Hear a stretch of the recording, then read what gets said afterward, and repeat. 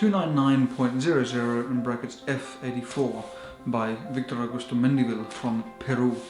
A very wonderful short documentary really investigating the relationship between father and son and ASD, I think in depth. The name of the title is explained in the film, and it indicates the code that refers to the specific part of ASD that the child has. This is a really touching film. No real words are necessary to express the feelings of the child, the love and the compassion of the father, the relationship they both have that is blossoming in potentially a part of the world where this is something that is stigmatized and not widely accepted, and potentially there is not the support that one might get in some other parts of the world. Autism is a very colourful thing where, as much as possible, people, no matter what their age is, should be recognised for what they can do as opposed to what they cannot do. And when you're a parent of a child with autism of any kind, the first thing is very difficult to accept that. Second thing, you have an outspill of emotions and compassion for the young one, and you hope for the best learning opportunities, the best skills to be used, and the best ways to be accepted in society and to learn and to thrive. So I think what has been done so wonderfully in this documentary is the relationship has been documented very nicely, and instead of having quick cuts, we see the child being himself and living in this world as himself, as he is, as his own entity. We do see some colourful images, some images that I personally think suggest hope and nice things to come. They inspire, they suggest goodness. You also see in a very subtle way the challenges that are overcome both by the child and by the father and the parents.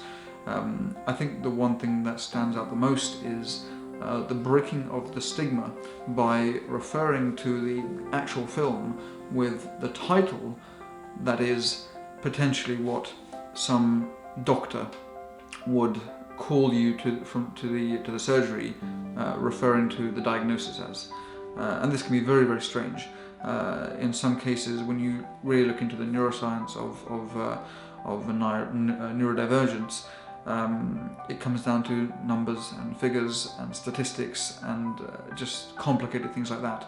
So I really think what has been done with this title is a very humorous nod to the complication, to the overcomplication, the unnecessarily complication that society puts onto I think something that is potentially confusing but wonderful, and it just kind of laughs at it, and it says, you can assign my son a number, but my son has an identity and has skill sets and has a heart and emotions that no one will ever stop.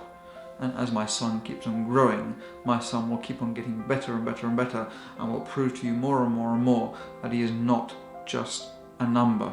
And I really hope that in the future, for everyone with any kind of alternate ability, but especially neurodivergence, numbers will not be assigned, but their skill sets will be assigned as the description of who they are and what they are in society. Everyone has deep skills. No matter what your abilities are, everyone has capabilities, and some of them are creative capabilities. Everyone is capable of emotions. Whether you're able to show them and demonstrate them in the traditional way doesn't matter. Everyone has the capability of emotions, of sometimes creative skill and other kinds of skill. And I think we have reached a point in life where we are past assigning numbers.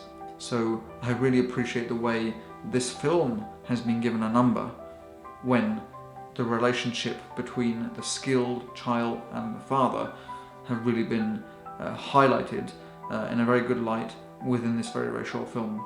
In fact, my only criticism about the film is it could have been longer, and it could have showcased a bit more of the skill sets of the child, but that will be for another time. Initially, I think it's just a really great demonstration of the love and the compassion between father and son and family, and the sometimes idiotic societies that we live in that see things black and white and assign something to someone because they fit into that category. So let's move beyond that. Let's go into a nice bright future where alternate abilities, neurodivergence and anything similar to that are seen as the advantages that they are and nothing else. Don't let anyone tell you that you can't do it, because everyone simply can.